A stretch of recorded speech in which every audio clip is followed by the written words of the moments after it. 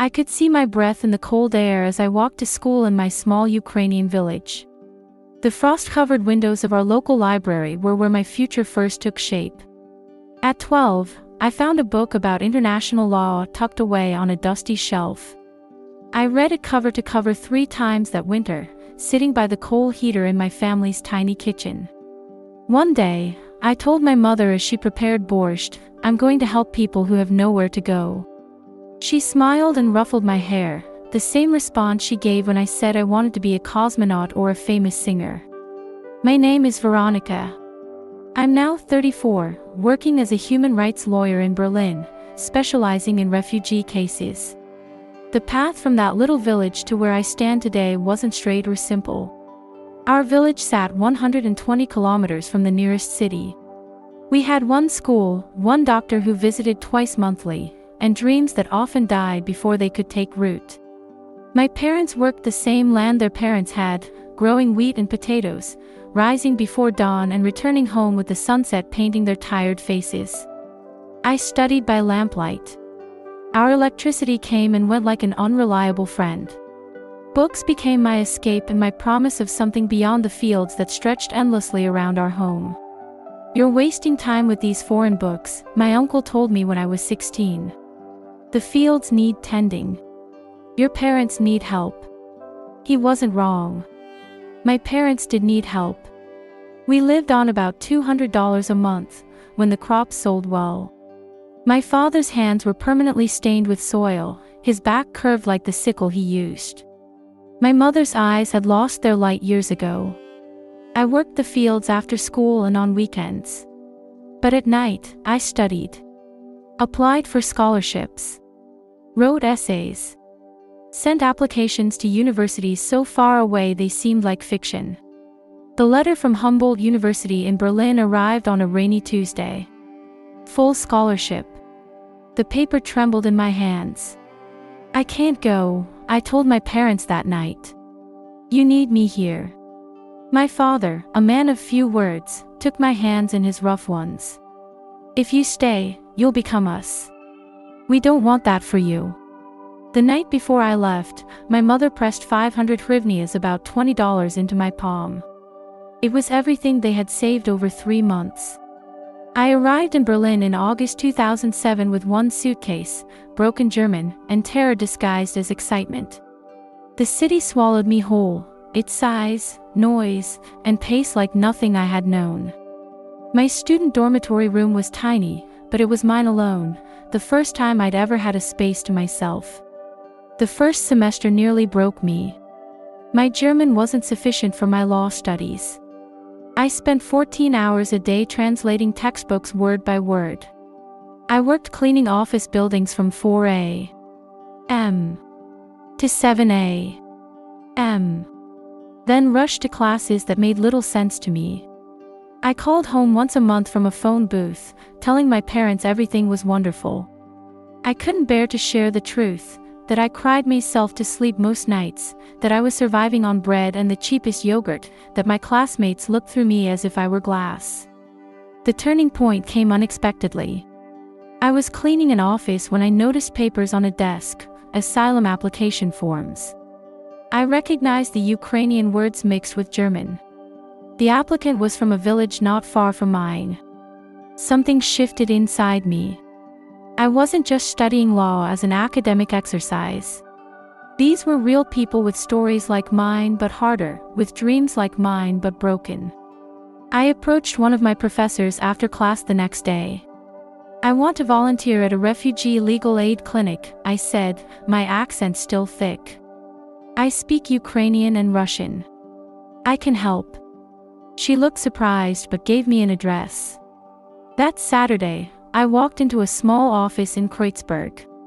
5 years later, I would become its director. Law school took me 6 years instead of 4. I worked 3 jobs, learned German fluently, then added Arabic basics. My first paid legal position came with a monthly salary of €1,800, more money than my family saw in a year. I sent half home every month. My parents used it to fix the roof, buy a used tractor, install indoor plumbing. The refugee crisis of 2015 transformed my career overnight. Suddenly, my language skills and background weren't just useful, they were essential.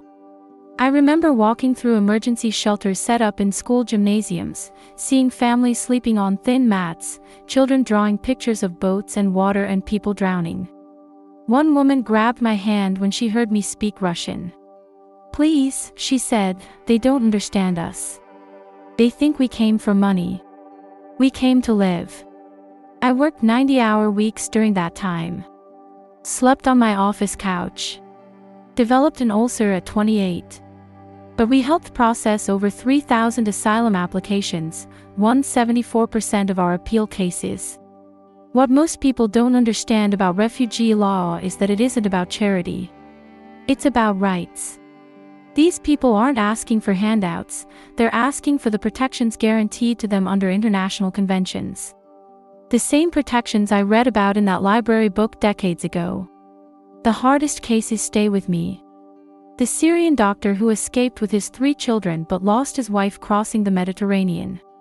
The Chechen journalist with cigarette burns marking her arms in even rows. The Ukrainian families arriving after 2014, then the flood after 2022, with the same shell-shocked expressions I'd seen hundreds of times before. I married a German environmental engineer in 2018. Martin doesn't fully understand my dedication to my work, but he respects it. We live in a small apartment in Prenzlauer Berg. No children yet, my cases often feel like my children, demanding all my attention, keeping me up at night. My parents visited Berlin once, in 2019. They seemed smaller than I remembered, out of place against the urban backdrop. My father stared up at the glass and steel buildings with the same expression he used when watching gathering storm clouds over our fields. "Are you happy here?" my mother asked on their last night, as we sat in a cafe where a simple coffee cost more than a day's wages back home. The question caught me off guard. "I'm doing important work," I answered. She nodded. "But are you happy?" I couldn't answer immediately. Happiness seemed too simple a concept for the life I'd built. I felt purposeful. Needed. Exhausted. Fulfilled.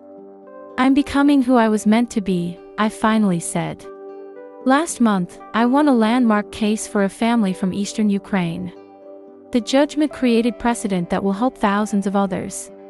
As we left the courtroom, the grandmother, a woman with hands as weathered as my mother's, pressed something into my palm.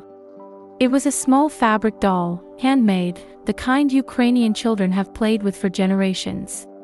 "To remind you of home," she said in our shared language. That night, I placed the doll on my bookshelf, next to my law degrees and case files. I thought about that girl reading by coal light, dreaming impossible dreams. I thought about my village, now partially abandoned due to economic decline and the war's proximity. I thought about my parents, older now, still working the same land. I am the bridge between these worlds. Not fully belonging to either anymore, but connecting them nonetheless. For those starting new lives far from home, I offer this: your roots don't limit you, they ground you. Your heritage isn't baggage, it's perspective. The journey will strip you down to your core and rebuild you, over and over. There are days I still feel like an imposter in my tailored suits, speaking with judges and government officials.